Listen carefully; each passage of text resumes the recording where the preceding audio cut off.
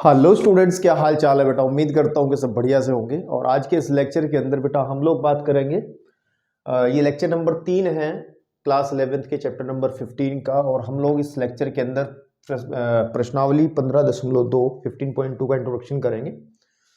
और इंट्रोडक्शन के अंदर जो टॉपिक पढ़ना है वो है प्रसरण और मानक विचलन। ठीक है, अगर हम थोड़ा सा पीछे से कनेक्ट करें तो अब तक हमने जो पढ़ा है, ठीक है, क्लास 10 से ही बात कर लेंगे। हमने पढ़ा था माध्य पढ़ा है, ठीक है ना। क्या पढ़ा है? माध्य, मीन जिसको कहते हैं।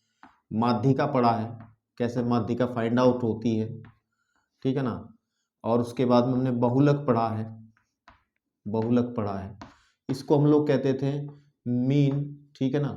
इसको कहते थे इंग्लिश में मीडियन, मीडियन, ठीक है ना। आपके पास में इसको कहते थे मोड, है ना आपके पास। इन तीनों को हम लोग केंद्रीय प्रवृत्ति की मापे कहते हैं। क्या कहते थे? केंद्रीय प्रवृत्ति की मापे, केंद्रीय प्रवृत्ति, ठीक है ना, प्रवृत्ति की मापे, है ना। और केंद्रीय प्रवृत्ति के मापे क्यों कहते हैं इस संबंध में पहले भी मैंने बात बहुत बार करी है। इन्हें निकालने के बाद में जब हम क्लास 11th में पहुंचे, इनके मेथड्स पढ़े हैं आप लोगों ने, क्योंकि आपको पता है कि जो आंकड़े होते हैं, है ना, आंकड़े होते हैं, आंकड़े जब गिवन होते हैं तो हमें उन आंकड़ों से ये चीज़ें फाइंड आउट करनी होती हैं। और आंकड़े आपके दो टाइप के होते थे, वो सब हम डिस्कस कर चुके हैं। जैसे हमारे पास सबसे पहले अवर्गीकृत आंकड़े होते हैं, अवर्गीकृत आंकड़े, ठीक है ना। और ये कैसे होते हैं संबंध में पिछले लेक्चर में बात हुई है। दूसरी कैटेगरी अवर्गीकृत आंकड़ों की होती है, अवर्गीकृत आंकड़ों की होती है, ठीक है। और इसमें भी दो टाइप हो जाती हैं फिर। एक तो होता है असतत, असतत बारंबारता, ठीक है ना, बारंबारता, बारंबारता बंटन, ठीक है ना, बंटन। और एक होता है सतत, सतत बारंबारता। ये इतनी चीज़ें क्यों बता रहा हूँ मैं? क्योंकि ये सब चीज़ें आपके माइंड में क्लियर होना चाहिए, तभी आपको फील आएगा, ठीक है। तो आंकड़ों की हम केंद्रीय प्रवृत्ति की मापें निकालते हैं। केंद्रीय प्रवृत्ति की मापें ये कहलाती हैं। और आंकड़े जो हमारे पास, कभी तो आंकड़े इस फॉर्म में रिप्रेजेंट होते हैं, कभी इस फॉर्म में रिप्रेजेंट होते हैं, और इस फॉर्म में भी होते हैं। तो दो फॉर्म बनती हैं, ये वाली और ये वाली, ठीक है ना। ये कौन कौन सी कैसी कैसी फॉर्म होती है ये आप लोगों को पता, मैं क्लास 10th में भी मैंने बात कर ली थी, और उससे पहले लेक्चर में मैंने बात की है, यानी कि लेक्चर नंबर 1 जो 15.1 का इंट्रोडक्शन किया है। तो ठीक है, अब क्लास 11th में जब हम लोग आए तो हमने पढ़ा माध्य विचलन। क्या पढ़ा हमने? माध्य विचलन। इसके आगे की तरफ हम जब हम चले तो हमने पढ़ा माध्य विचलन, यानी कि मीन डेविएशन। और मीन डेविएशन दो तरीके से निकालते थे कि मीन डेविएशन हम लोग निकालते थे माध्य के सापेक्ष, ठीक है ना, और मीन डेविएशन निकालते थे हम लोग माध्यिका के सापेक्ष। इतना हमने काम किया है। इसका फॉर्मूला होता था, अगर हम थोड़ा सा ध्यान दें, क्योंकि इसका फॉर्मूला हमने पढ़ा था कि सिग्मा एफ आई, है ना, mode of x i minus x bar upon sigma f आई, ठीक है ना, इसका फॉर्मूला होता था। तो ये सब चीज़ें हमने कर ली हैं, मैं थोड़ा सा रिकॉल कर रहा हूँ पीछे से। तो अब माध्य विचलन ऐसा ही फॉर्मूला इसका होगा, सिग्मा एफ आई, है ना, एंड एक्स आई माइनस यहाँ पे एम आ जाएगा अपॉन सिग्मा एफ आई, है ना। और आपको पता sigma i is equal to 1 से n तक चलता है। आई इज इक्वल टू 1 से, जितने पद होंगे उतना, आई इज इक्वल टू 1 से n तक, और आई इज इक्वल टू 1 से n तक। ये सब चीजें हम करके आए हैं, ठीक है। अब बात ऐसी हुई कि भाई हम लोगों को पढ़ना है प्रसरण, यानी कि वेरिएशन, वेरिएंस और स्टैंडर्ड डेविएशन। इसकी जरूरत क्यों पड़ी? ठीक है ना। तो माध्य विचलन जो होता है इसकी कुछ लिमिटेशन है। माध्य विचलन क्या होता है? बेसिकली माध्य विचलन का मतलब ये होता है कि अगर कोई डेटा आपके पास में गिवन है, कोई आंकड़े आपको दिए गए हैं कि उनमें कितना वेरिएंस है, कितना उनमें वेरिएशन हो रहा है, कितना वो डेविएट हो रहे हैं अपनी केंद्रीय प्रवृत्ति की माप से। कि जैसे कि सपोज कर लो मेरे पास में मैं कुछ आंकड़े ले रहा हूँ, जैसे 2 एंड 3 एंड फिर 5, और फिर मैं ले लिया 6 एंड फिर 6 ले लो या 10 ले लो, 10, फिर ले लो आपके पास में 12। तो ये कुछ आंकड़े हैं, और ये आंकड़ों की फॉर्म आपको पता ही है, ये अवर्गीकृत हैं। अगर मैं इसका माध्यिका के सापेक्ष डेविएशन निकालूं, माध्यिका के सापेक्ष यानी कि मीन डेविएशन निकालूं माध्यिका के सापेक्ष, तो पहले माध्यिका निकालनी पड़ेगी। और माध्यिका निकालने की टेक्निक क्या है कि 1 2 3 4 5, ठीक है ना, 1 2 ये 5 है, तो n की वैल्यू जो है हमारी कितनी है? 5 है। और आपको पता है अगर ये विषम है तो माध्यिका निकालने का जो तरीका होता है माध्यिका निकालने का, तो m हो जाएगा n+1/2 वा पद। तो बेटा अगर हम ध्यान दें तो n का मतलब आ जाएगा 5+1/2 वा पद हम लोग बात करेंगे इसमें, ठीक है ना। तो यानी कि आपके पास में आ जाएगा कौन सा, ध्यान से देखेंगे, ये आ जाएगा 5 और 1 6, यानी कि 6/2, यानी कि 3वां पद है ना, 3वां पद। तो जब हम इस 3 में 3वां पद देखेंगे तो माध्यिका की वैल्यू निकल करके आ जाएगी 5, है ना, 5। अब अगर हम 5 हमारा आ गया है और मीन डेविएशन निकालना है हमें, तो हम लोग सीधी बात है वो फॉर्मूला लगाने की कोशिश अगर करेंगे, ठीक है ना, तो मेरे को चाहिएगा xi minus m, xi minus m. इस फॉर्मूले में ध्यान दो, xi माइनस एम। ये काम हम कर चुके हैं, दोबारा से नहीं करेंगे। मैं तो ये बताना चाह रहा हूं कि हम लोग इस वाध्य विचलन पढ़ने के बाद हम लोगों को ऐसी क्या जरूरत पड़ी कि हमें वेरिएंस पढ़ना पड़ रहा है, प्रसरण और मानक विचलन भी पढ़ना पड़ रहा है, ठीक है ना, अब विचलन भी आपको पढ़ना पड़ रहा है। इसकी वजह ये है कि इसकी कुछ लिमिटेशन होती हैं। लिमिटेशन का मतलब ये हमें एग्जैक्ट चीजें, मतलब कुछ हद तक हमें चीजें सही देता है, हमें कुछ हद तक ये बता देता है कि आंकड़ों में कितना वेरिएशन है, कितना डेविएशन है, लेकिन उसकी एक लिमिट में वो चीजें बता पाता है। जैसे कि इसी एग्जांपल में लो, अगर मैं मानक विचलन निकालूंगा इस केस में, तो माध्यिका के सापेक्ष जब मैं निकालूंगा मानक विचलन, तो आप निकाल दोगे कुछ भी एक वैल्यू आ जाएगी, जो मानक विचलन हम निकालेंगे, ठीक है ना, माध्यिका के सापेक्ष कुछ भी एक वैल्यू आ जाएगी आपके पास में, एक वैल्यू कुछ भी आ जाएगी, ठीक है। मान सपोज x आ गई, वो कुछ भी आ गई हमारे पास में, a b कुछ भी आ गई हमारे पास में, कैलकुलेट में कर नहीं रहा हूँ, सिर्फ समझा रहा हूँ।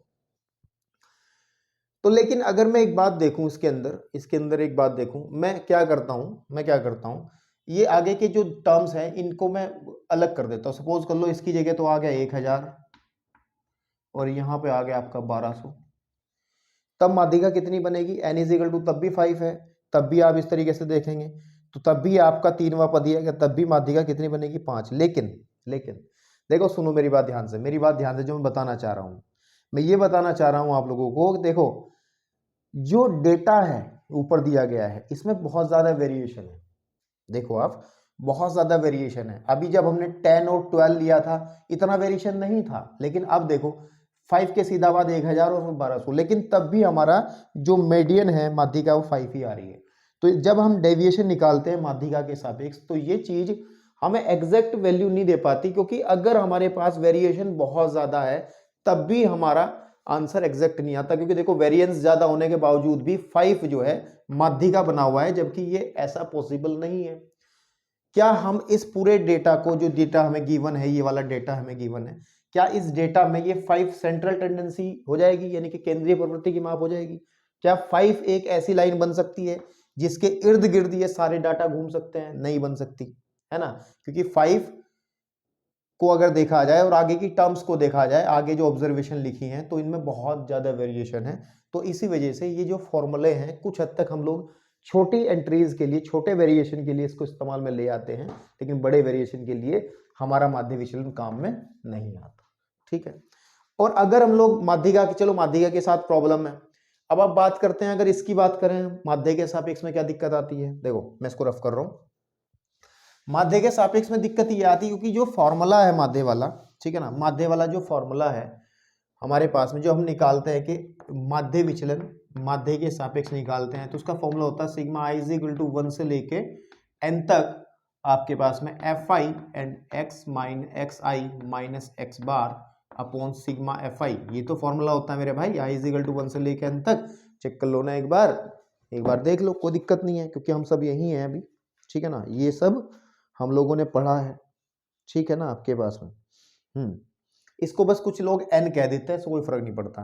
अब देखो, हम जब वेरिएशन निकालते हैं, विचलन निकालते हैं, तो हम लोग निरपेक्ष मान लेते हैं, एब्सोल्यूट वैल्यू लेते हैं, और वो है एक्स आई माइनस एक्स बार, ठीक है ना, जिससे ऑलवेज एक पॉजिटिव क्वांटिटी पता चलती है, हमेशा एक पॉजिटिव चीज मिलेगी। भाई आपको कुछ ही ले लो, मान के चलो एक्स आई हमारा 3 है और एक्स बार हमारा 7 है, तो हम लोग क्या करेंगे, बेसिकली -4 होना चाहिए था इनका डेविएशन, इनका जो विचलन है वो -4 होना चाहिए था, लेकिन मोड की वजह से, है ना, आपके पास में इस एब्सोल्यूट वैल्यू या फिर निरपेक्ष मान की वजह से हम लोग इसको 4 कंसीडर करते हैं।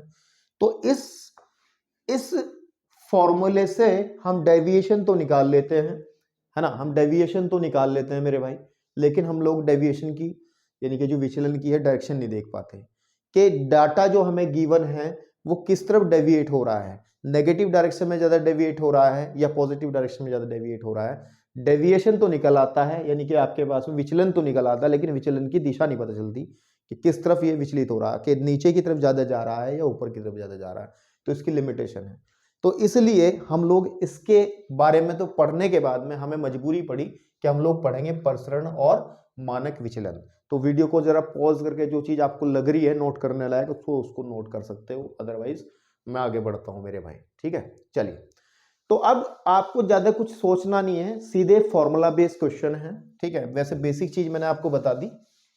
ठीक है, फॉर्मूला बेस्ड क्वेश्चन है और उन फॉर्मूला बेस्ड क्वेश्चन से आप आसानी से प्रसरण और मानक विचलन ज्ञात कर सकते हो। ठीक है, तो मैं पहले थोड़े से फॉर्मूले आपको बता दूं और ताकि डेटाज का आप ये बता पाओ। इन भाई सीधी बात है, ये भी क्या है, प्रसरण और मानक विचलन जो है यानी कि वेरिएंस और स्टैंडर्ड डेविएशन भी आपको यही बताते हैं कि जो गिवन डेटा है, जो आंकड़े दिए गए उनमें कितना डेविएशन हो रहा है, यही चीज बताते हैं वो भी। ठीक है, अब सुनो,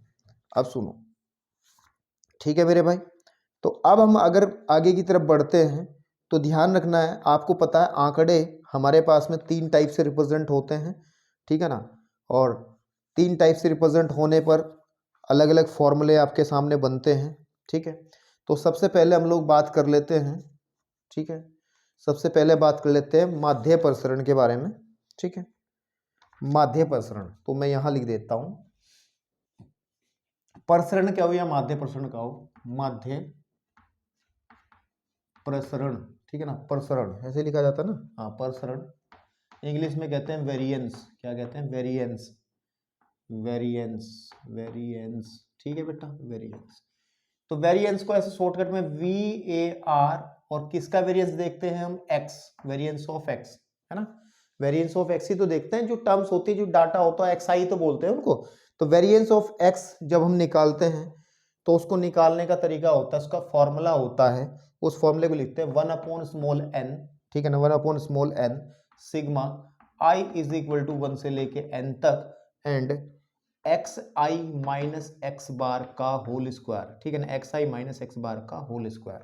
तो ये एक फॉर्मूला है। ठीक है ना, इसको कहते हैं माध्य प्रसरण फाइंड आउट करने का तरीका। और ध्यान रहे इसको हम इस नंबर से रिप्रेजेंट करते हैं, ये जो हमारे पास में ये बना है इसको कहते हैं सिग्मा। एक सिग्मा ये होता है, एक सिग्मा ये होता है, ये बड़ा सिग्मा छोटा सिग्मा। ठीक है ना, तो ये भी आपका क्या है, सिग्मा। तो sigma square is equal to होता है 1/n and sigma i is equal to 1 से लेके n तक xi माइनस एक्स बार का होल स्क्वायर। तो ये होता है आपका प्रसरण, माध्य प्रसरण ज्ञात करने का फॉर्मूला। और ये कब इस्तेमाल में आता है, सीधी सी बात है, हम लोग जब बात करते हैं अवर्गीकृत आंकड़ों की, अवर्गीकृत आंकड़ों में। ठीक है, अवर्गीकृत आंकड़ों, वैसे फॉर्मूले जो हैं एक दूसरे से कनेक्टेड से ही हैं, कुछ एक बात फॉर्मूले में कोई हल्का फुल्का चेंज है, बाकी सेम से ही है। उसके बाद अगर हम बात करते हैं मानक विचलन ज्ञात करने की, तो मानक विचलन के लिए मानक विचलन को अंग्रेजी में आपको पता है स्टैंडर्ड डेविएशन कहते हैं, SD कहते हैं, स्टैंडर्ड डेविएशन। और उसको हम कहते हैं सिग्मा। देखो यानी कि सिग्मा स्क्वायर तो हो गया वेरिएंस ऑफ एक्स यानी कि माध्य प्रसरण, लेकिन मानक विचलन होता है सिग्मा। तो यानी इसका मतलब क्या है, हमारे पास में हम क्या करते हैं, इसका स्क्वायर हटाएंगे, सामने वाले पर अंडरूट आ जाएगा, तो under root of 1/n and sigma i is equal to 1 से लेके n तक xi माइनस एक्स बार का होल स्क्वायर। ठीक है, तो इसको क्वेश्चन को करने के लिए अगर हम थोड़ा सा काम करें, आपके सामने मैं बात करता हूं ताकि आपको क्लियर हो जाए। एक एग्जांपल की बात करते हैं, उदाहरण नंबर आपके पास में 8 जो है वो गिवन है, और उसने कहा है निम्नलिखित आंकड़ों में, अगर आप NCERT की बुक अपने पास रखेंगे तो आपको अच्छे समझ में आएगा, या निम्नलिखित आंकड़ों के लिए प्रसरण तथा मानक विचलन ज्ञात कीजिए। प्रसरण तथा मानक विचलन, वेरिएंस, सिग्मा स्क्वायर निकालना है। ठीक है ना, एंड सिग्मा निकालना, सीधी बात है, सिग्मा स्क्वायर और सिग्मा स्क्वायर निकल आएगा तो सिग्मा भी निकल ही आएगा, है ना। सिग्मा स्क्वायर निकल आएगा तो सिग्मा ही निकल ही आएगा। तो उसने क्या कहा है, जो डेटा गिवन है, xi जो दिए हैं, xi जो दिया है उसको मैं लिख लेता हूँ, टेबल बना लेता हूँ। चलो मैं xi जो दिया है उसने दिया 6, 8, एंड फिर 10, फिर 12, ठीक है ना, और फिर 14 एंड 16, 18, और ये तो लगातार है 20, 22, 24। तो मेरे भाई इसको कैसे करना है, हमें स्टैंडर्ड डेविएशन दोनों चीज निकालनी, तो सीधी बात है मेरे को चाहिएगा xi और xi माइनस एक्स बार चाहिएगा। तो एक टेबल बना लेते हैं, यहाँ पर, जिसमें यहाँ पर मैं xi को कंसीडर कर लूंगा। xi मतलब जैसे 6 हो गया, 8 हो गया, फिर 10 हो गया, 6 हो गया, 8 होगा, 10 है, 12 है, 14 है, देन उसके बाद में 16, 18, 20 है ना, एंड 22 एंड 24 आ जाएगा आपके पास में। ठीक है बेटा, चलिए। और यहाँ पर अब हमें सीधी बात है एक्स बार तो चाहिए चाहिए, पहले हम एक्स बार फाइंड आउट करेंगे। एक्स बार होता है, आपको पता है, सिग्मा, आपको पता है x1 plus x2 plus x3 पदों का योग बटे पदों की संख्या वाला फॉर्मूला। तो उसको शॉर्टकट में लिख लेते हैं कि sigma i is equal to 1 से लेके कितने पद हैं, 1 2 3 4 5 6 7 8 9 10, i इज इक्वल टू 1 से लेके 10 तक, एंड xi अपॉन आपके पास में जितने ये पद हैं, x bar is equal to जितने ये पद हैं हमारे पास में n, है ना, n आ जाएगा। तो बेसिक सी बात ये है। तो अगर मैं सबसे पहले अगर मैं नीचे की तरफ यहाँ पे, यहाँ दिख जाएगा, यहाँ सिग्मा xi आ जाएगा, यहाँ पे क्या आ जाएगा, सिग्मा xi, इनका टोटल हम लोग कर लेंगे यहाँ पे, जो टोटल इनका होगा, ताकि वो आसानी से हम लोग के कैमरे में आ रहा नहीं आ रहा नीचे की तरफ, भाई कट गया थोड़ा सा, चलिए कोई बात नहीं, मैं नीचे नहीं लिख रहा हूँ ठीक है, मैं नीचे नहीं लिख रहा हूँ, थोड़ा सा मैं ऊपर की तरफ लिखूंगा ताकि ये चीज़ें क्लियर रहें यार, नीचे वाला पोर्शन आ नहीं रहा ना पूरा। ठीक है, तो चलो मैं थोड़ा सा इसको सारे को रफ कर रहा हूँ, है ना, यहाँ से आप उधर लिखा ना सब चीज़ें तो, और हम लोगों को जो उदाहरण नंबर 8 है इसको भी हटा लो चाहे तो, ठीक है, के पास जो उदाहरण नंबर 8 है, उदाहरण नंबर जो 8 है, तो उसमें मैं डायरेक्ट टेबल बना दे रहा हूँ। तो यहाँ पे मैं लिख लेता हूँ xi, यहाँ पे मैं लिख लेता हूँ xi, और xi हमारा कितना है, मैं फिर से लिख लेता हूँ, 6 8 से शुरू है, 6 8 10 12 14 16 18 20 22 एंड 24। ठीक है बेटा, अब आएगा ठीक है ना। और यहाँ पर हम लोग बढ़ जाएंगे, xi माइनस एक्स बार वाला कॉलम बना लेंगे। ठीक है, तो एक्स बार कैलकुलेट कर ले पहले, और यहाँ पर क्योंकि क्वेश्चन में चाहिए हमें xi माइनस एक्स बार का होल स्क्वायर हमें चाहिएगा। ठीक है ना, आपके पास में यहाँ पर नीचे की तरफ अगर हम कॉलम को देखेंगे तो बेटा थोड़ा सा इसको ऐसे करके यहाँ पे इसमें तो हम लिख देंगे सिग्मा xi की वैल्यू आ जाएगी यहाँ पे, है ना, सिग्मा xi मतलब इनका सबका सम आ जाएगा, और यहाँ पर आ जाएगा sigma xi minus x bar का होल स्क्वायर, यहाँ पे लिखा जाएगा। तो पहले तो आप इनको सबको ऐड कर लो, ठीक है, सबको ऐड कर लो ताकि हम एक्स बार निकाल सकें, तो एक्स बार कैसे निकलेगा, पदों का योग बटे पदों की संख्या, सिंपल लगा लो फॉर्मूला, इनको ऐड कर लो, टोटल कितना आ जाएगा, देखो 6 14। देखो थोड़ा सा मैथमेटिक्स की नॉलेज अच्छी रखते हो तो आप ध्यान से भी देखो, तो ये समांतर श्रेणी बन रही है, ठीक है ना, और समांतर श्रेणी के 10 पदों का योगफल निकालना है। देखो 6 8 है ना आपके पास में, 6 8 फिर आपका कितना है 10 के 10 पदों का योगफल, 10 पदों का योग, देख लो ना, समांतर श्रेणी पढ़ गया है ना हम लोग, तो समांतर से तो क्या फॉर्मूला होता था वहां पे, s n is equal to n by 2, है ना, 2a plus n minus 1 into d होता था, है ना। चाहो तो आप डायरेक्ट जोड़ सकते हो ना, मैं तो थोड़ा सा मैथ से रिलेट कर रहा हूँ आपको। तो n बाय 2 का मतलब 10 बटे 2, ठीक है ना, और 2a का मतलब हो जाएगा 12 प्लस n माइनस 1, का मतलब हो जाएगा 9, और d का मतलब हो जाएगा इनके बीच का डिफरेंस कितना है 2 है, ठीक है, कैलकुलेट कर लो, 5 आ जाएगा, ठीक है ना। तो आ जाएगा 5 गुणे 12 और 18 30, 12 और 18 30, है ना, और 5 तिया 15, 5 तिया 15 150, कितना आ जाएगा 150। तो इनका जो सम है वो कितना आ जाएगा 150 आ जाएगा, कितना आ जाएगा 150, ठीक है, और 150 बटे 10 अगर हम करेंगे तो 15 आ जाएगा। तो इसका मतलब जो हमारे पास में जो सम है sigma i is equal to 1 से लेके 10 तक xi का जो सम है ये वाला जो है ये वाला ये 150 आ जाएगा। हमने ये मैथमेटिक्स वाली टेक्निक लगा के काम कर लिया अपना, ठीक है। चाहो तो जोड़ सकते थे यार, ऐसी कोई दिक्कत नहीं है। अपॉन एन तो एक्स बार की वैल्यू आ जाएगी 150 बटे 10, तो इसका मतलब एक्स बार वैल्यू आ जाएगी 15, ठीक है। तो यानी कि 15 आ जाएगा। तो यहाँ पे हम निकालेंगे, देखो 6 माइनस 15 कितना होता है, 6 माइनस 15 वैल्यू यहाँ लिखी जाएगी, कितनी आ जाएगी आपके पास में, यहाँ आ जाएगी 8 माइनस 15, यहाँ पे 10 माइनस 15, यहाँ पे 12 माइनस 15, समझ में आ रहा ना। यहाँ पे 14 माइनस 15, यहाँ पर 16 माइनस 15, यहाँ पर 18 माइनस 15, ठीक है। और यहाँ पर 20 माइनस 15, यहाँ पर भी 22 माइनस 15, और यहाँ पर 24 माइनस 15, ठीक है। ध्यान से देखो, इसमें आ जाएगा 7 नहीं 9, ठीक है ना। जब इसमें से 15 घटाएंगे तो आ जाएगा 7, ठीक है। जब इसमें से 15 घटाएंगे तो आ जाएगा 5, इसमें से 15 घटाएंगे तो आ जाएगा 3, इसमें से 15 घटाएंगे तो 1। तो फिर यहाँ पे देखो, लेकिन ये माइनस का आएगा, ऊपर की तरफ जितनी भी टर्म्स आएंगी माइनस, नीचे फिर रिपीट होंगी। देखो यहाँ पे 1, फिर 3, फिर 5, फिर 7 एंड फिर 9, ठीक है ना आपके पास में। और जब हम इनका स्क्वायर करेंगे ना तो आ जाएगा 81, 49, 25, 9, उसके बाद में 1, फिर 7, फिर 9 एंड फिर आपके पास 25, और फिर आ जाएगा 49 एंड उसके बाद आ जाएगा 81। तो इनको जब ऐड करेंगे सबको, वैसे ऊपर वालों को ऐड कर लो, बस उसका डबल कर लो कि एंट्री सेम हो रही है ना। देखो ऊपर वाले को ऐड कर लो, देखो 10 और ये हो गए 35, 35 और 49, 35 और 49 आ गए 84, 84 और 81, 84 और 81 हो जाएंगे आपके पास में 5, 165 है ना। 165, 165 का डबल कितना होता है भाई, 165 का डबल 330 है ना, 330। तो हम लोग इसको लिख देंगे, ये आ जाएगा टोटल 330। तो निकालो, अब सबसे पहले निकाल लो ऊपर वाला परसरण, यानी कि variance of x, variance of x यानी कि सिग्मा स्क्वायर निकालो। लिख सकते हो वेरिएंस ऑफ एक्स है ना, एक्स यानी कि आपके पास में आ जाएगा सिग्मा स्क्वायर, और सिग्मा स्क्वायर बराबर होगा, फॉर्मूला आप लिख के 1/n, n का मतलब 1/10 गुड है।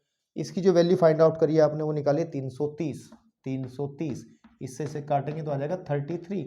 तो sigma square is equal to हो जाएगा 33। तो प्रसरण जो है माध्य प्रसरण वो 33 आ जाएगा, ठीक है ना। अगर उसके बाद हम लोग बढ़े माध्य मानक विचलन की तरफ, किसकी तरफ, मानक विचलन की तरफ, तो मानक विचलन कैसे निकाला जा सकता है भाई, सिग्मा, इसका आपके पास √33 आ जाएगा, और √33 का मतलब भाग विधि से 33 का आप अंडरूट निकाल लो, ठीक है ना। तो आपको पता है कैसे लगेगा, 5 5 25, 5 5 25, ठीक है ना। आपके पास में 5 और 5 5 25, यहाँ जाएगा 10, ऊपर घटाएंगे तो कितना बचेगा आपके पास में 8 आ जाएगा, ठीक है ना, 8 आ जाएगा।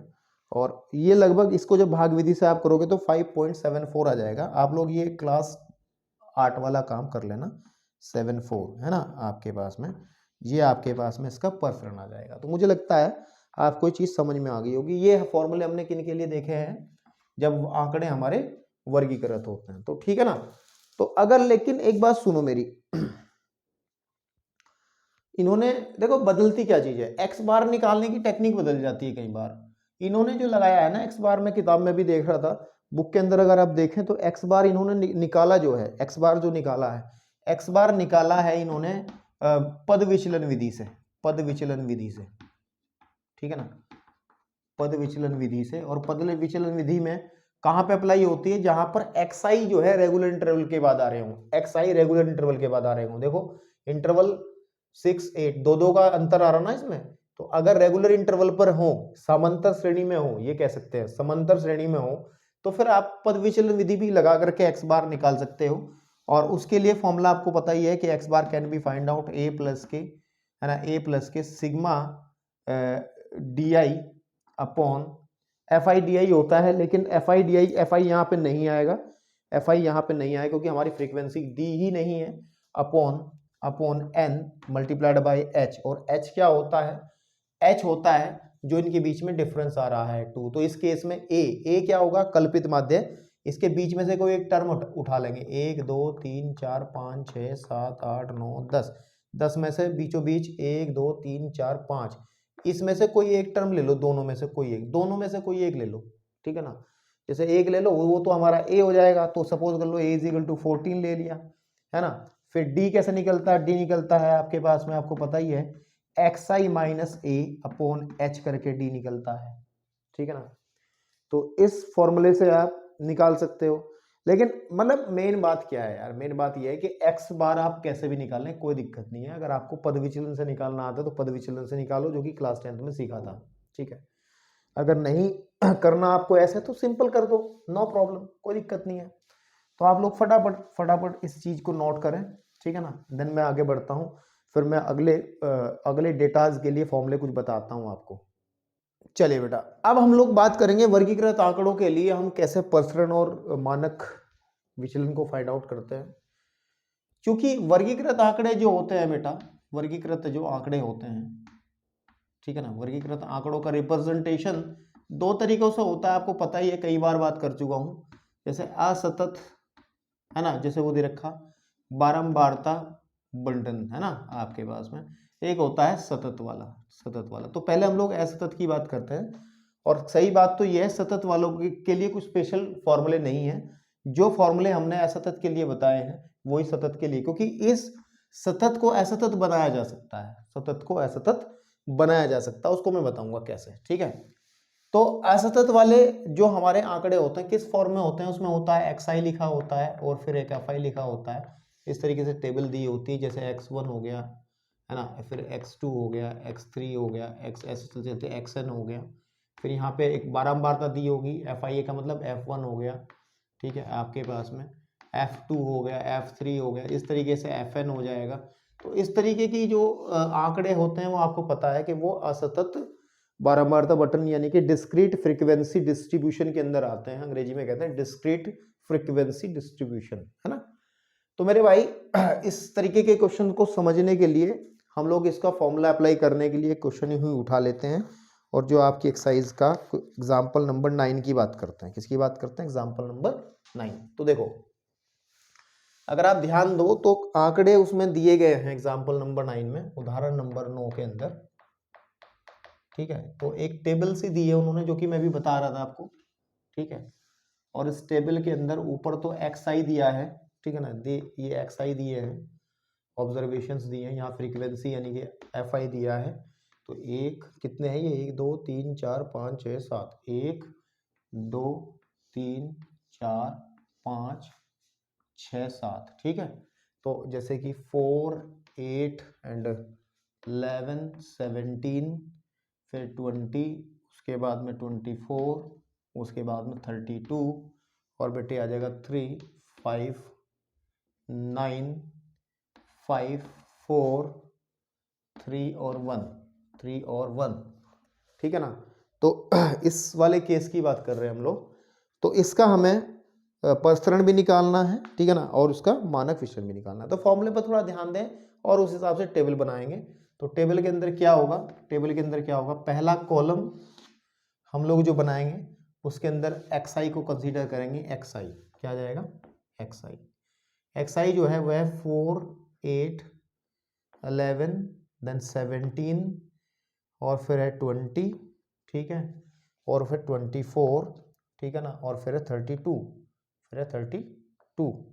तो टेबल यहाँ तक के ऐसे बनेगी, ठीक है बेटा। ये फिर आपका यहाँ पर आता है एफ आई, एफ आई हमें दिया है 3 एंड 5 9 देन 5, उसके बाद में 4, फिर 3 और फिर से 1 आपके पास, ठीक है। तो अब हमें अगर ये फॉर्मूला अप्लाई करना है तो इससे आगे का कॉलम हमें चाहिएगा, हमें यहाँ का जो कॉलम चाहिएगा, इस कॉलम के अंदर हम निकालेंगे एक्स आई माइनस एक्स बार, ठीक है, और फिर उसके आगे की तरफ हम निकालेंगे x i minus x bar का होल स्क्वायर, ठीक है ना, क्योंकि होल स्क्वायर चाहिए। और फिर उससे आगे के कॉलम में हमें लिखना पड़ेगा एफ आई की मल्टीप्लाई करनी पड़ेगी, ये जो कॉलम आएगा x i minus x bar का होल स्क्वायर, इतने कॉलम इसके अंदर बनेंगे, ठीक है। अब ध्यान से देखें, थोड़ा सा अलग अलग कर लो तो ताकि ये घिच पिच ना हो, है ना। आपको आपकी कॉपी में तो भाई लाइनें हैं परमानेंट बनी हुई, तो मैं कहीं इधर उधर ना भाग जाऊं, तो इसलिए मैं इसको ऐसे कर लेता हूँ, ठीक है जी। ओके, ये क्या कर दिया, हे प्रभु जगन्नाथम, तो इसको थोड़ा सा सीधा ले जाओ ये, और यहाँ पर ऐसा करते हुए ये लाइन, ठीक है। एक नीचे भी लाइन आएगी जिसमें हम सिग्मास कैलकुलेट करेंगे, फाइनल रिजल्ट, ठीक है ना। आपके पास में जिसके सिग्मा की जरूरत पड़ेगी उस सिग्मा को यूज कर लेंगे, ठीक है ना। जैसे हमें अगर एक्स बार निकालना, पहले मैं एक्स बार निकालूंगा, तो एक्स बार फाइंड आउट, इस केस में एक्स बार निकालते थे sigma i is equal to 1 से लेके एन तक F I x i upon sigma f i, है ना, सिग्मा एफ आई, ठीक है। तो आप सबसे पहले सिग्मा एफ आई निकाल लोगे यहाँ पर, ठीक है। सिग्मा एफ आई मतलब 3 और 5 हो गए 8 और 9 17, 17 और 5 हो गए 23, 17 और 5 हो गए 22, 22 और 4 हो गए 26, 26 और 3 हो गए 29 और 1 हो गया 29 और 1 30, ठीक है। ये आ जाएगा हमारा 30, ठीक है।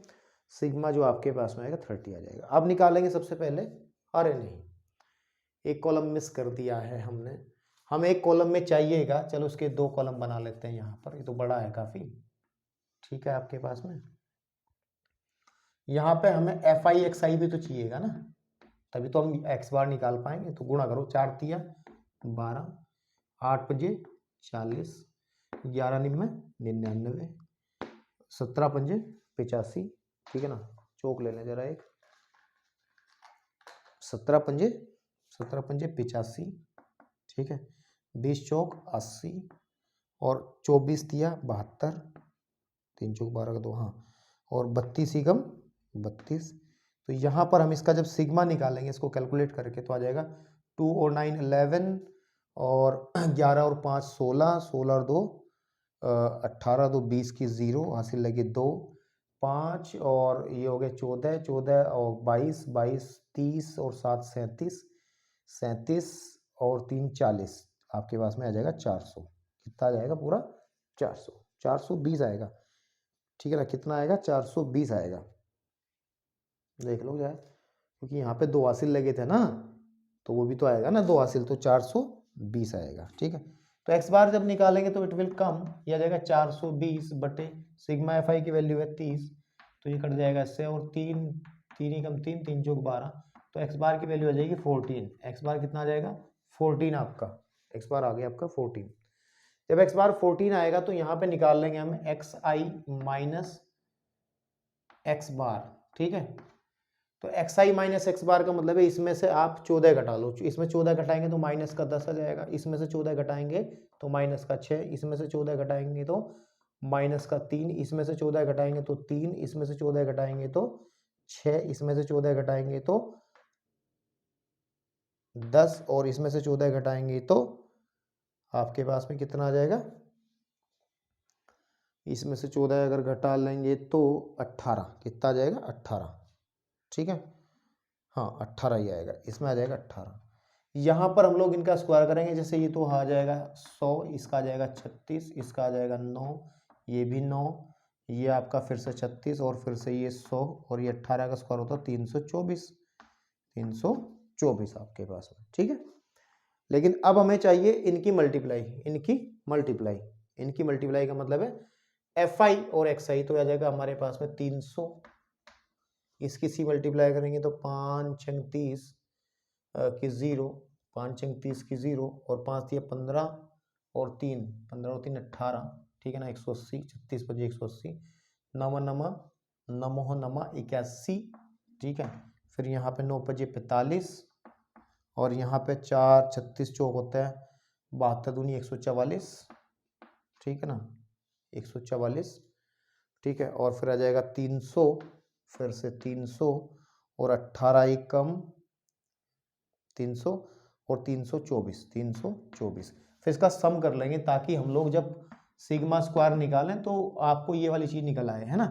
तो मेरे भाई इसका जब सम करेंगे तो आप लोग ऐड कर लेना, मैं लिख लेता हूँ इसको, वो है 1374।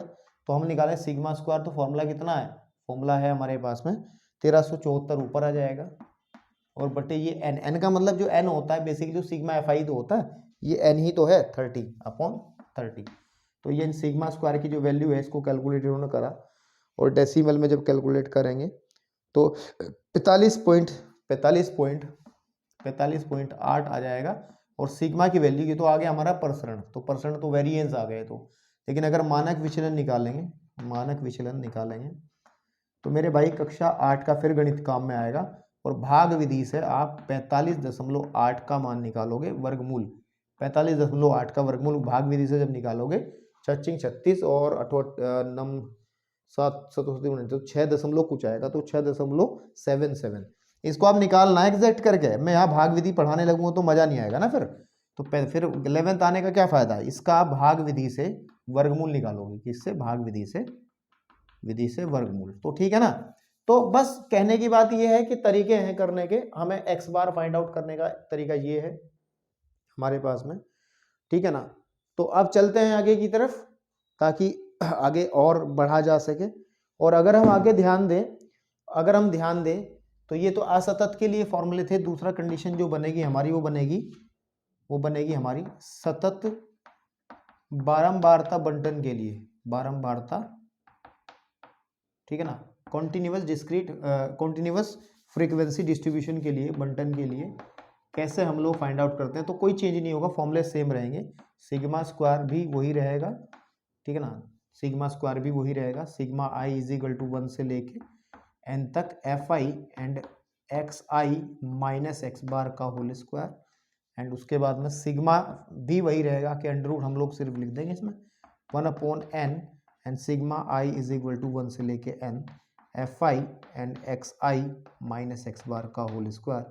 तो मेरे भाई क्योंकि डिस्क्रीट असतत को असतत बनाया जा सकता है, ठीक है ना। और जिसका एग्जाम्पल मैं आपके सामने अभी दूंगा, ठीक है, इसका एग्जाम्पल मैं आपके सामने अभी दूंगा। जैसे एग्जाम्पल नंबर हमारे पास में है 10, ठीक है।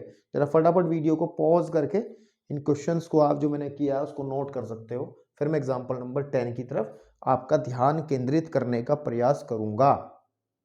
चलिए बेटा, एग्जाम्पल नंबर 10 की डायरेक्ट टेबल पे मैं चला गया। हमें दो चीजें दी गई थी, एक तो वर्ग और एक बारंबारता दी गई थी, ठीक है ना। और इसका हमें ये आंकड़े जो हैं क्योंकि वर्ग अंतराल में दिए हैं तो ये सतत बारंबारता बंटन है। तो मैंने कहा था सतत को असतत बनाना कोई बड़ी बात नहीं है, क्योंकि यहां से हम लोग जैसे ही एक्स आई फाइंड आउट कर लेते हैं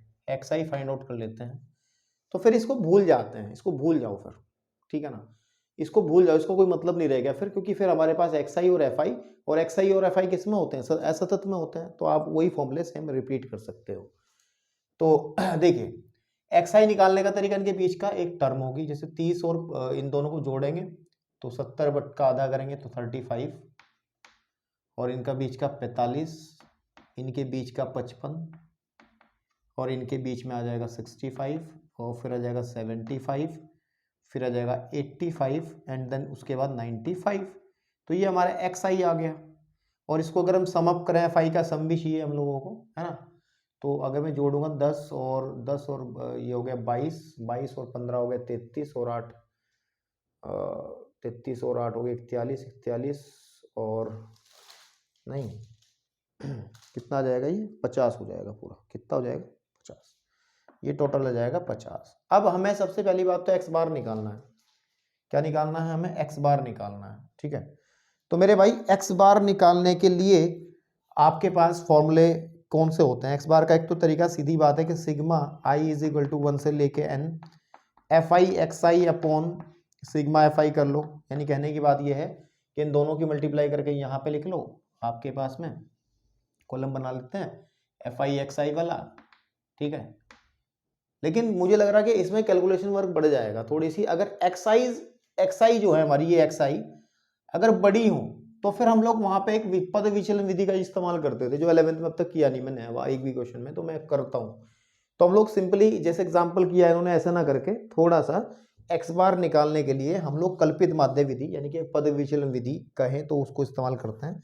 उससे हम एक्स बार निकालते थे कि a plus sigma f I and d i upon sigma, है ना। क्या फॉर्मूला होता था भैया? वो सिग्मा एफ आई और मल्टीप्लाई बाय एच।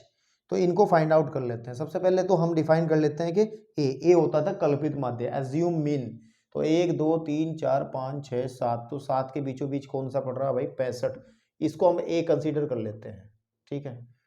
ए के बाद फिर हम लोग निकालते थे डी, यहाँ पे क्या निकालते थे? डी।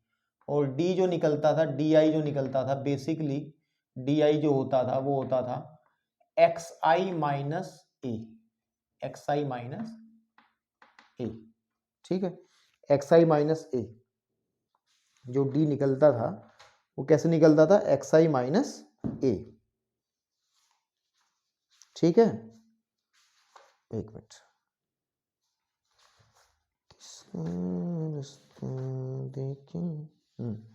ठीक है। एक्स आई माइनस ए बटे एच होता था वो, है ना, एच होता था। तो यहाँ पे सीधी बात है कि ए तो कंसीडर हमने कर लिया कि 65 को तो ए ले लेंगे, एंड एच जो होगा, जो डिफरेंस इनके बीच में है 10-10 का है, देखो 10-10 का गैप है, तो 10-10 का ही वेरिएशन इनके बीच में है भाई। देखो ये पदविचलन विधि वही लगती है कल्पित माध्य वाली, जहां पर एक्स आई में रेगुलर इंटरवल हो रहा होगा, जैसे 10-10 का अंतर आ रहा है, तो एच डिफाइन होना चाहिए। एच हो गया हमारा 10। तो अगर मैं यहाँ पे निकालूंगा डी आई जो होगा वो कितना हो जाएगा? एक्स आई, है ना, एक्स आई माइनस ए बटे एच, निकालो ये कितना आएगा? एक्स आई माइनस डी, ये कितना आ जाएगा हमारे पास में? देखो कैलकुलेट कर लेते हैं। एक्स आई हमारा 3 है, नहीं एक्स आई हमारा 35 है, 35 माइनस ए हमारा 65 है, और बटे हमारा एच कितना? 10 है, पहले के लिए बात कर रहा हूँ। तो आ जाएगा कितना? 30 माइनस के 30, है ना, अपॉन 10, तो माइनस का 3 आ जाएगा, ये -3। फिर ऐसे ही हम लोग इसकी वैल्यू निकालेंगे तो मेरे पास 45 है ना, यहाँ पे 45 हो जाएगा, 45 और यहाँ पे 20 हो जाएगा अपॉन 10, तो यह जाएगा माइनस का 2। फिर आ जाएगा यहाँ पे 55 में 10 आ जाएगा 10, तो यह आ जाएगा माइनस का 1। फिर यहाँ पे तो 0 ही आ जाएगा, यहाँ पर आ जाएगा, रिपीट होनी शुरू हो जाएंगे, यहाँ पे 2 आ जाएगा, ठीक है ना, क्योंकि यहाँ पे 2 नहीं आएगा, सॉरी 1 आएगा। अगर 75 होगा तो यहाँ पे बचेगा प्लस का 10, है ना, तो यहाँ पे 1 आ जाएगा, फिर यहाँ पे 2, यहाँ पर 3 आ जाएगा वापस, ठीक है। तो ये हमारा आ जाएगा, क्या आ जाएगा भैया? D I. इससे क्या होता है कि कैलकुलेशन थोड़ी सी इजी हो जाती है, और कुछ नहीं है। तो हमें पता है कि एफ आई डी आई चाहिए, तो एक कॉलम बढ़ जाएगा इसके अंदर, वो आ जाएगा हमारा, ठीक है, वो आ जाएगा F I D I, f I and d I. F I D I का मतलब है एफ आई और डी आई की मल्टीप्लाई, तो माइनस का 9, 7 दूनी 14 है, माइनस का, माइनस के 12, 0, आर्टिकम 8, 6 और फिर से 6। तो जब हम इसके निकालेंगे sigma f I D I निकालेंगे, इनका योग करेंगे, तो प्लस माइनस वाले टर्म्स को देखना पड़ेगा। पहले मैं एक काम कर ले, तो माइनस वाली जोड़ लेता हूँ, तो आ जाएगा आपके पास में 26 और 9 हो गए 35, 26 और 9 हो गए 35, माइनस के तो 35 हो गए।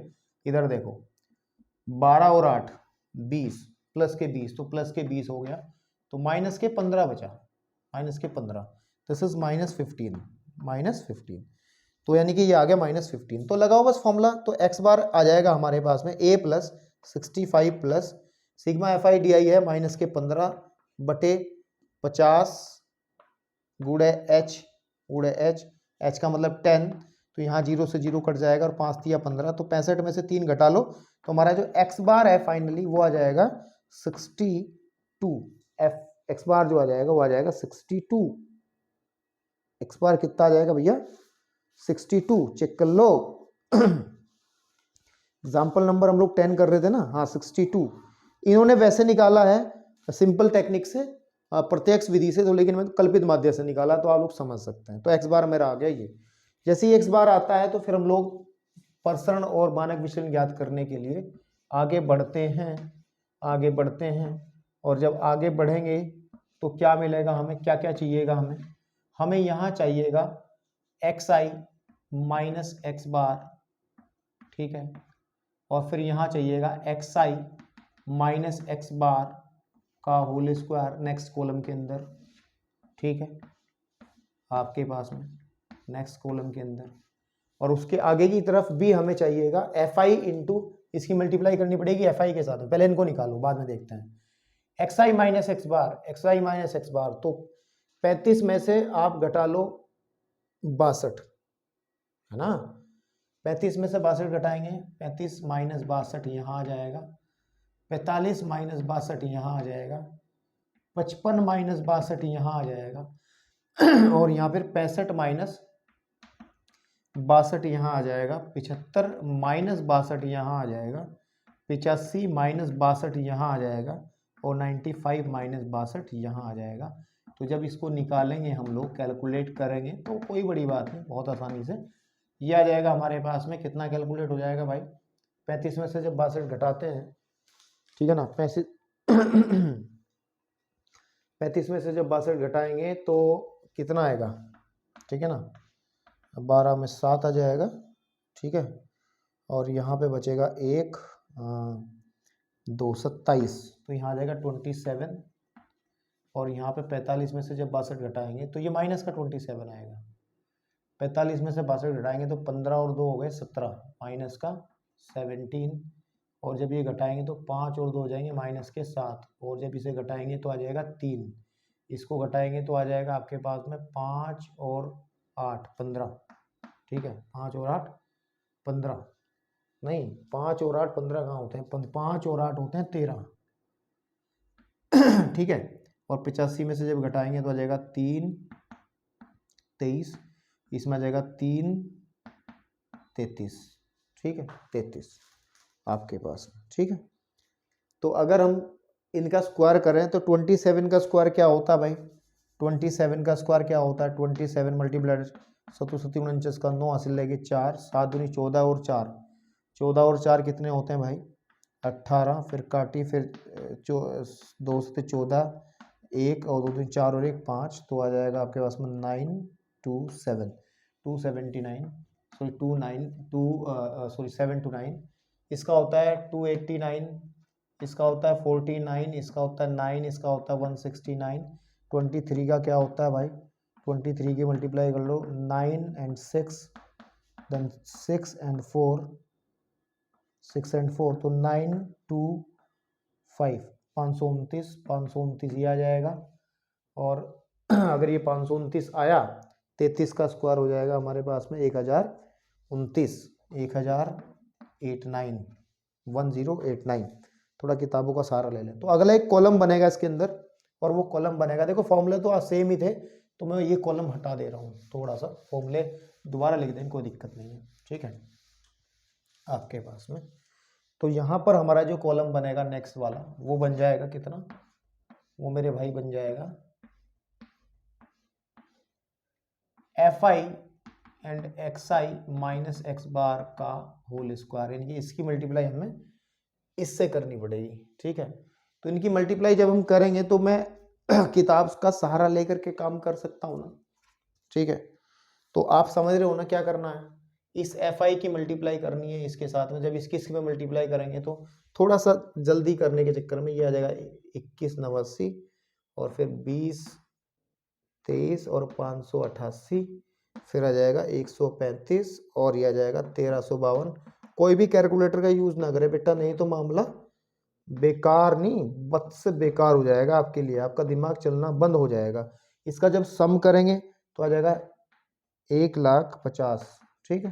तो बस निकालो, तो हम लोग सिग्मा स्क्वायर जब निकालते हैं तो ये आता है 1/n एंड सिग्मा, ये वाला ही फॉर्मूला होता है, sigma i is equal to 1 से लेके, इसमें कितने पद थे भाई, इसमें थे एक xi कितने थे, 1 2 3 4 5 6 7 xi, तो i इज इक्वल टू 1 से लेके 7 तक, एंड fi इसकी वैल्यू आ जाएगी हमारे पास में, अभी भी fi and xi minus x बार का होल स्क्वायर, तो ये आ जाएगा, इसकी वैल्यू निकाली हमने 1,50,000 बटे n मतलब सिग्मा fi जो है वो 50 है, वो कितनी है 50 है, तो उसको जब हम काटेंगे तो आ जाएगा a/5, तो 5 दूनी 10,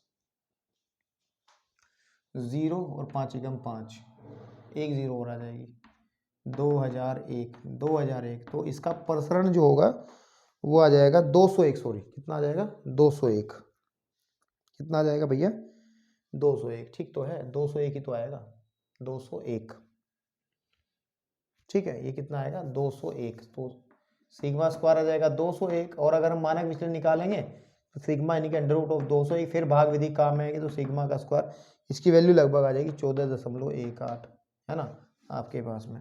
तो ये आपको काम करने हैं, ठीक है। चलिए आगे बढ़ते हैं, आगे बढ़ते हैं। एक एग्जाम्पल, एक देखो एक सिंप्लीफाइड फॉर्मूला होता है, एक तो फॉर्मूला हमने बताई है आपको, एक होता है सिंप्लीफाइड फॉर्मूला जिसमें हमें एक्स बार निकालने की जरूरत नहीं पड़ती, ठीक है। तो ये नोट कर लो, मैं आगे बढ़ रहा हूँ। मतलब हमें अगर एक ऐसा फॉर्मूला मिल जाए जिसमें हमें एक्स बार की जरूरत ही ना पड़े, तो मानक विचलन कैसे निकालते हैं उससे देखो। मानक विचलन, इसको सिंप्लीफाइड फॉर्मूला कहते हैं, यानी कि सरलतम रूप, सिग्मा, ठीक है, वो होता है 1/n, अंडर रूट में आ जाएगा, ठीक है। तो n into sigma, sigma i is equal to 1 से लेके n तक है ना, and F I X square, I X square and minus sigma i is equal to 1 से लेके n तक F I and x I, ठीक है, होल स्क्वायर। तो इसको लगा करके भी आप देखो, उसमें कहीं भी एक्स बार की जरूरत नहीं पड़ी। तो अगर आप लोग इस फॉर्मूले को इस क्वेश्चन में अप्लाई करोगे तो सीधी सी बात है, आपको क्या करना है, आपको क्या करना, आगे वाला कुछ भी काम नहीं करना, क्योंकि एक्स बार की जरूरत ही नहीं है। इसको मैं रफ कर दूं ना, क्योंकि ये मैंने अलग तरीके से किया, तो आप लोग नोट कर सकते हो, क्योंकि मैंने कल्पित माध्य विधि से किया है, ठीक है। तो यहाँ के आगे इसकी कोई जरूरत नहीं पड़ेगी टेबल की, ठीक। आगे की तरफ कुछ नहीं करना इसमें। आपको अगर ये वाला फॉर्मूला लगाना है तो इसके लिए सिर्फ आपको एक कॉलम बढ़ाना पड़ेगा, और वो कॉलम होगा एक्स आई का स्क्वायर निकालना पड़ेगा, यहाँ एक्स आई का स्क्वायर निकालना पड़ेगा। और उसके बाद में एक्स आई का स्क्वायर निकालने के बाद में आपको चाहिएगा, आप निकालोगे यहाँ पर एफ आई एंड एक्स आई का स्क्वायर करके मल्टीप्लीकेशन, और एक और आएगा आपका, वो होगा F I and x I, ठीक है ना। इन चीज़ों को कैलकुलेट करने के बाद में, कैलकुलेट जैसे करते हैं ऐसे ही करेंगे, कैलकुलेट करने के बाद में आप उस फॉर्मूले में प्रतिस्थापित करके आंसर निकाल सकते हो। लेकिन भैया उस फॉर्मूले के अंदर कैलकुलेशन वर्क बहुत बढ़ेगा। आप सीधी बात है, देखो जब हम एक्स आई का स्क्वायर करेंगे तो बड़ी बड़ी टर्म्स तो यहीं आ जाएंगी, फिर उसकी एफ आई से मल्टीप्लाई भी करेंगे, ठीक है ना, तो आ जाएगा, फिर उसको ऐड भी करना है। तो मतलब इसको तभी यूज करें, इस वाले को तभी यूज करें फॉर्मूले को, अगर आपको कहा जाए कि आपको एक सिंप्लीफाइड फॉर्मूले से करना है, या फिर आपको बहुत छोटी कैलकुलेशन है और तब आपको करना पड़े। तो अदरवाइज इसको कम ही यूज करें, कोई कहे तो करो, नहीं तो कोई जरूरी नहीं है, तुम्हारे सर में ऐसा कोई दर्द नहीं होना चाहिए फालतू का। तो एग्जाम्पल नंबर 11 के अंदर देखा जाए तो उन्होंने इस सिंप्लीफाइड फॉर्मूले की ही बात करी है। आप देख सकते हैं एग्जाम्पल नंबर जो 11 है, एग्जाम्पल एक ना, जो एग्जाम्पल नंबर 11 है उसको अगर थोड़ा सा ध्यान से देखोगे आप, तो उसमें इस फॉर्मूले को ही अप्लाई किया है उसने क्वेश्चन के अंदर। अगर आप ध्यान से देखिएगा बैठ के तो उसी को लगाया है, और बहुत आसानी से आप क्योंकि संख्याएं बड़ी छोटी हैं तो आप कर सकते हो, ठीक है। चलिए, एक होती है प्रसरण और मानक विचलन ज्ञात करने की लघु विधि, तो इस पे बात करते हैं। उसके बाद एक्सरसाइज के क्वेश्चंस भी सेम हैं, तो मैं पहले ही बता रहा हूँ एक्सरसाइज के क्वेश्चंस को आपको खुद ही करना होगा, क्योंकि जैसे एग्जाम्पल है ऐसे ही क्वेश्चन है।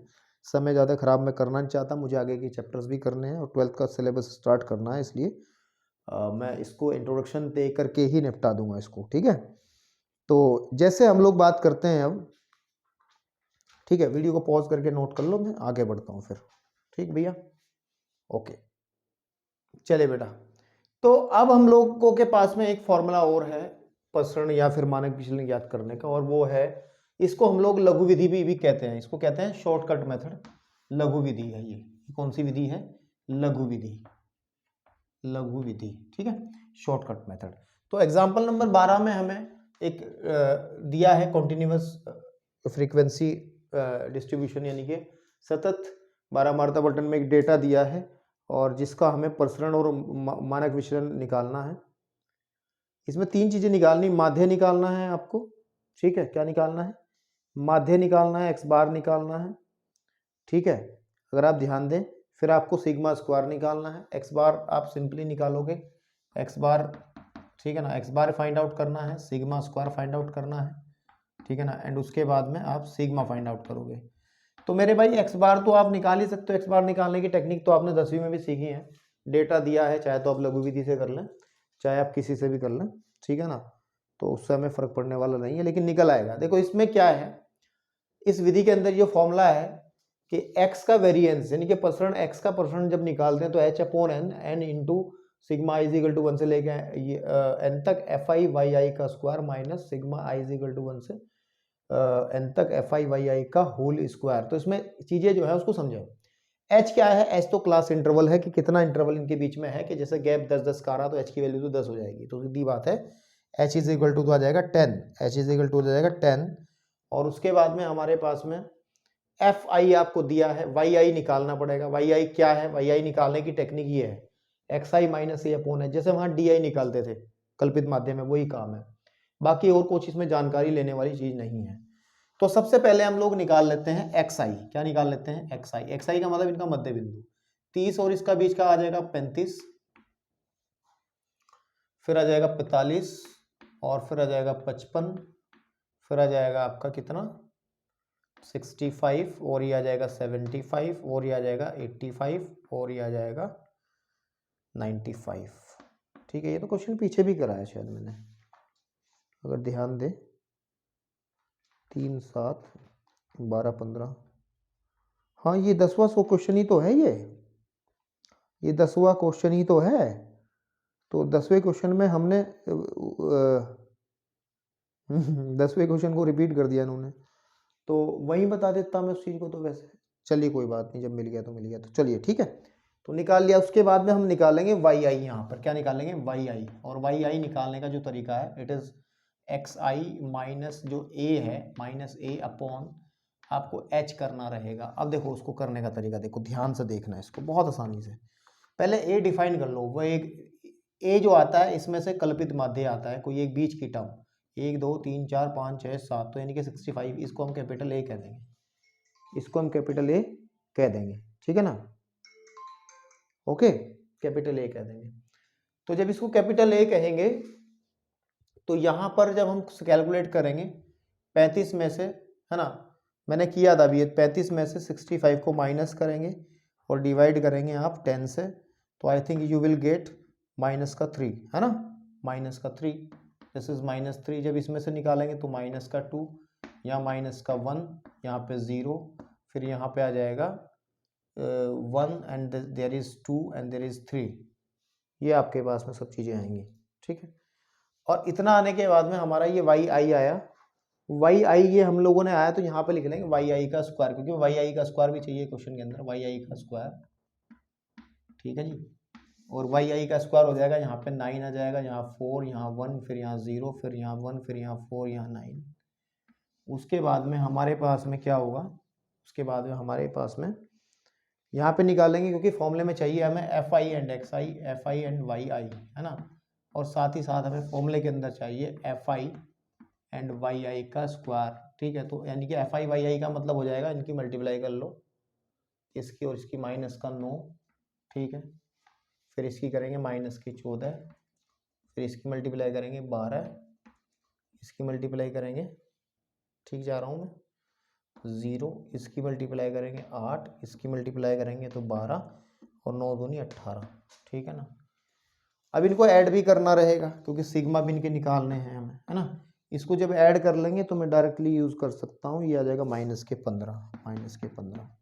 अब हम करेंगे इसकी और इसकी मल्टीप्लाई, 9 9 तिया 27, इसकी और इसकी 7 चौक 28, इसकी और इसकी 144, इसकी और इसकी 0, इसकी और इसकी 64, इसकी और इसकी 12 36, इसकी और इसकी हो जाएगी 36।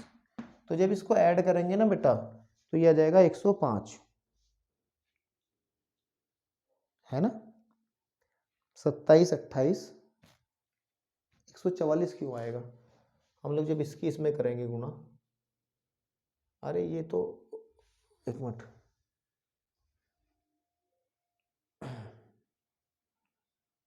वन है ना ये तो हम लोग किसकी कर रहे हैं? हाँ, 1 है ना ये, तो ये तो 12 ही आएगा ना फिर, है ना। इसकी थोड़ा ही कर रहे हैं, इसकी कर रहे हैं ना, इसकी तो ये तो 12 ही आएगा ना, यहाँ ये 12 आएगा, ठीक है, ओके।